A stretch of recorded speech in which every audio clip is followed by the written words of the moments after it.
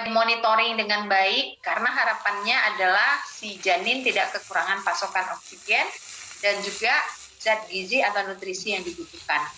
Nah, untuk yang preeklamsi, ya hampir sama dengan hipertensi, pada umumnya akan mengalami solusio plasenta. Ya, kenapa plasenta tidak mendapatkan cukup pasokan oksigen atau pasokan darah saat dia berkembang sehingga mempengaruhi pertumbuhan dan perkembangan baik dari si plasenta maupun si janin. Nah, kenapa? Karena dia tidak cukup mendapatkan nutrisi dari si ibunya, sehingga berisiko melahirkan persalinan dengan prematur. Ya. Nah, kemudian ketika persalinan prematur berarti berat badan bayi rendah. Berat badan bayi rendah, plasenta juga bermasalah, gitu ya. Begitu juga ketika anak lahir, maka dia akan berisiko mengalami masalah penglihatan, pendengaran, dan kognitif gitu. Nah, kemudian kalau ibu dengan asma. Nah, kalau ibu dengan asma, dia biasa akan mengalami gangguan plasenta termasuk solusio plasenta atau plasenta letak rendah. Nah, kalau ibu dengan anemia, kita tahu ya, kalau anemia itu kita kekurangan pasokan oksigen ke dalam tubuh, ke dalam batang otak terutama. Itulah sebabnya orang anemia itu nyaris ngantuk, orang anemia itu nyaris lesu, lemah, ya. Karena apa? Karena pasokan oksigen ke batang otak berkurang. Kalau pasokan oksigen ke batang otak berkurang, maka seluruh sistem saraf di tubuh kita juga reaksinya akan lebih lambat. Nah, itulah sebabnya orang anemia itu gampang lupa. Kenapa? Saraf dari otaknya sendiri dia tidak bekerja maksimal karena nggak ada oksigen di dalam, bukan nggak ada, oksigennya berkurang gitu ya. Kenapa ada orang yang kayaknya dia tidur 3 jam tuh sehat-sehat aja, terus dia belajar sampai tengah malam tuh nggak apa-apa, berarti pasokan oksigen ke dalam batang otaknya tinggi. Itu secara umum fungsi daripada oksigen. Nah, pada ibu hamil, apabila pasien mengalami anemia atau kekurangan oksigen di dalam darah, ya, jenis anemia bermacam-macam, biasanya menyebabkan kontraksi daripada serat-serat miometrium, ya. Kontraksi serat-serat miometrium itu terutama yang berada di sekitar pembuluh darah, ya, di sekitar pembuluh darah yang mensuplai darah pada tempat perlengketan plasenta itu, dia menjadi lemah. Nah, kenapa dia lemah? Ya karena nggak cukup makanannya tadi gitu loh, nggak cukup juga untuk tumbuh, sehingga memperbesar risiko terjadinya retensio plasenta atau plasenta yang tertahan. Jadi orang anemia memang rentan dengan retensio. Kenapa? Kontraksi uterus tuh nggak kuat gitu loh. Ibaratnya plasenta ini kan benda ya di dalam, didorong nih sama rahim. Nah, rahimnya sendiri nggak punya tenaga untuk mendorong.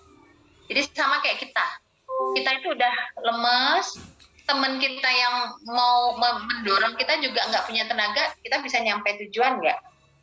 Pasti enggak. Nah, begitu juga dengan ibu anemia dengan plasenta ini. Nah, kalau ginjal tadi sudah dijelaskan ya. Nah, kebutuhannya untuk orang yang dengan penyakit ginjal, kesulitannya adalah itu tadi, ketika oksigen mencoba mensuplai melalui pembuluh darah kepada ginjal, padahal itu dibutuhkan juga oleh janin. Itulah sebabnya ibu-ibu atau ibu hamil dengan masalah kehamilan seperti yang kita jabarkan ini dianjurkan untuk memeriksakan kesehatan dengan baik, kemudian membaca buku KIA, bukan cuma dibawa aja buku pinknya kemana-mana ya kan, tapi dia nggak tahu apa yang terjadi di dalam buku itu semua lengkap ada. Mungkin itu saja yang bisa saya jelaskan. Yuk selanjutnya slide-nya. Udah. Terima kasih.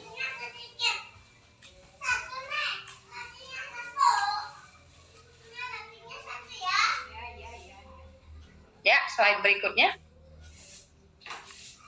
Ya, oke. Boleh sorry, saya sudah share. Kalau ada yang mau bertanya, silakan.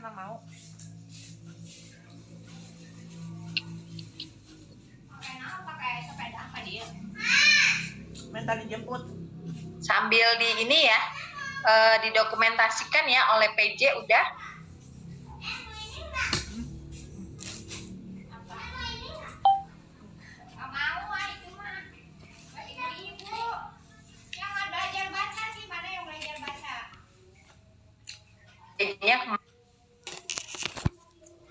sambil kerja ya. Tahu tuh mana tuh? PJ-nya ada? Iya Bu, ada Bu. Ya, didokumentasikan. Ya, share screen-nya di stop dulu.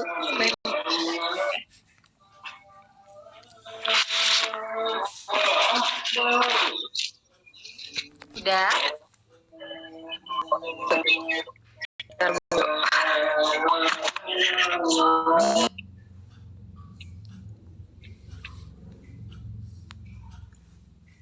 Sudah Bu. Oke. Ya, ada yang mau ditanyakan? Silakan.